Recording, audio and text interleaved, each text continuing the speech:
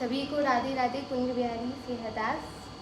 आज का हमारा विषय है प्रदीप मिश्रा जी का जो स्टेटमेंट उन्होंने राधा रानी की शादी पर दिया है। पहले हम उस पर चर्चा करेंगे और फिर प्रेमानंद जी ने प्रेमानंद महाराज जी ने जो भी उन्हें रिप्लाई दिया है उसका आंसर दिया है। और ब्रिजवासी क्यों नाराज़ हैं, इतने सारे शंकराचार्य संत क्यों नाराज़ हैं, क्या वो सही नाराज़ हैं कि गलत नाराज़ हैं, उन सब सारी चीज़ों पर चर्चा करेंगे।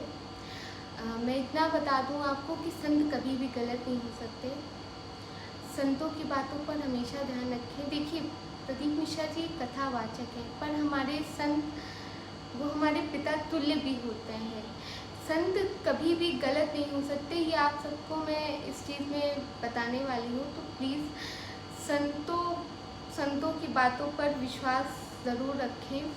वो क्यों, इस चीज़ पर हम अभी चर्चा करते हैं। जैसे कि मैं इस पर पहले रामायण का एक पार्ट लाऊंगी कि जब सीता जी लंका से लौटी थी तो उनकी अग्नि परीक्षा ली गई थी। तो जब अग्नि परीक्षा हो गई, लक्ष्मण जी राम जी से मिलने का पूछने लगे कि भ्राता ऐसा क्यों आपने किया, आप तो जानते थे कि भाभी माँ पवित्र है, फिर क्यों आपने उनकी अग्नि परीक्षा ली। तो उन्होंने कहा कि मैं तुम्हें एक बात बताना चाहता हूँ लक्ष्मण, जो मेरे अलावा और कोई नहीं जानता। उन्होंने बताया कि जिनकी मैंने परीक्षा ली वो सीता जी नहीं थी, उनकी छाया थी। मैंने छाया की परीक्षा ली, और जिसको रावण हर के ले गया था वो सीता जी थी नहीं, वो छाया थी। सीता जी को तो पहले ही मैंने अग्निदेव के पास सुरक्षित कर दिया था। रावण जी जिनको ले गया था वो तो सीता जी की छाया थी। इसी से मैं आपको आने वाली कथा का एक एग्जाम्पल बताई थी। अब इस कथा को ध्यान से सुनिएगा।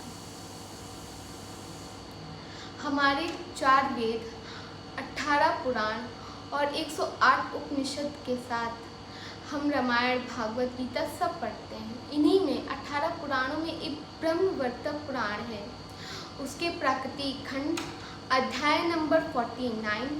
श्लोक क्या है वो मैं आपको बता दे रही हूँ। 49 से 40 ये एक श्लोक आपको मिलेगा, और 43 से 44 में एक और श्लोक मिलेगा। इसकी स्क्रीनशॉट मैं आपको अपने शॉर्ट्स में डाल दूंगी, आप उसे बिल्कुल देखें। और साथ ही साथ इसमें क्या है मैं पहले आपको बताती हूँ। इसमें बिल्कुल लिखा हुआ है कि राणा जी की जिससे शादी हुई थी वो छाया राधा थी। वो राधा रानी थी नहीं, उनकी छाया थी। उनकी छाया से शादी हुई थी राणा जी की। राधा रानी की शादी तो बचपन में ही बाल अवस्था में ही ठाकुर जी और ठाकुरानी की शादी हो गई थी, और वो भी भांडेर वन में। आज भी वो स्थान है, वहाँ पे 4 पेड़ एक एक कोने में है, जिसे मंडप के स्वरूप उस समय यूज़ किया गया था। और स्वयं ब्रह्मा जी ने यह शादी कराई थी, और कन्यादान भी उन्होंने दिया था। आज भी कई सारे जोड़े यहाँ पे शादी करते हैं कि यहाँ पे शादी करेंगे, राधा रानी ठाकुर जी का आशीर्वाद मिलेगा। तो आज भी जगह है ब्रिज 84 कोर्स में। आप कभी भी ब्रिज 84 कोर्स करेंगे आपको भांडेर वन ज़रूर दिखाया जाता है। और यहाँ पे एक कुआं भी है, और साथ ही साथ यहाँ पे एक कुंड भी है, जिसकी बच्चे ना हो वो इस जल से नहा ले, तो यहाँ पे बच्चे भी, इसका भी एक कुंड बना हुआ है। और साथ ही में इस श्लोक में लिखा हुआ है कि राणा जी की शादी छाया राधा से हुई थी, और ठाकुर जी ठाकुरानी की शादी भांडेर वन में हुई थी, बालपन में। और ये सत्य है। तो इस सत्य को अगर आप समझ रहे हैं तो मैंने आपको पहले ही बता दिया है कि राणा जी की शादी राधा रानी से नहीं हुई थी, राधा रानी की छाया से हुई थी। क्योंकि जब उनकी शादी हुई थी तो राधा जी तो चली गई थी, तो उनकी छाया से शादी हुई थी। ठाकुर जी ठाकुरानी की शादी हुई है, और वो जगह आज भी वृंदावन ब्रिज भूमि में बनी हुई है। वृंदावन से कुछ ही दूर पर भांडेर वन बना हुआ है। आप कभी भी जाएं तो आप ऐसे भी भांडेरवन जा सकते हैं। और अगर ब्रिज 84 कोस यात्रा कर रहे हैं तो उसमें तो आपको ऐसे बहुत सारे दिव्य स्थान दिखेंगे, पर आपको उसमें भांडेरवन भी दिखेगा। तो बात ये थी, हमारे संत एकदम सत्य कह रहे थे कि ठाकुर जी ठाकुरानी की शादी हुई थी। प्रदीप मिश्रा जी ने जो भी स्टेटमेंट दिया था वो बिल्कुल गलत है। इसीलिए ब्रिज भूमि के बहुत लोग गुस्सा हैं, सारा ब्रिज के लोग गुस्सा हैं और सारे संत समाज गुस्सा हैं। बस मैं अपनी राय रखना चाहूँगी, मैं किसी से कुछ कह नहीं रही हूँ कि उनके भी बहुत लोग कथाएं सुनते हैं। मैं बस इतना कहना चाहती हूँ कि संत हमारे लिए पिता तुल्य हैं और पिता से माफ़ी मांगने में आई थिंक किसी को कोई दिक्कत नहीं होनी चाहिए। राधा रानी हमारी माँ है, ठाकुर जी हमारे पिता हैं। संत तो ठाकुर जी ने तो अपने आप को भी संत कहा है कि मुझसे भी बड़े संत होते हैं। तो संतों से क्षमा मांगने में मुझे नहीं लगता है कि कुछ गलत है। अगर अज्ञानतावश कभी कभी कुछ गलतियाँ हो जाती हैं, बहुत लोगों को लगता है कि कुछ नहीं पता है, पर कभी भी ऐसे स्टेटमेंट देने से हमेशा बचें।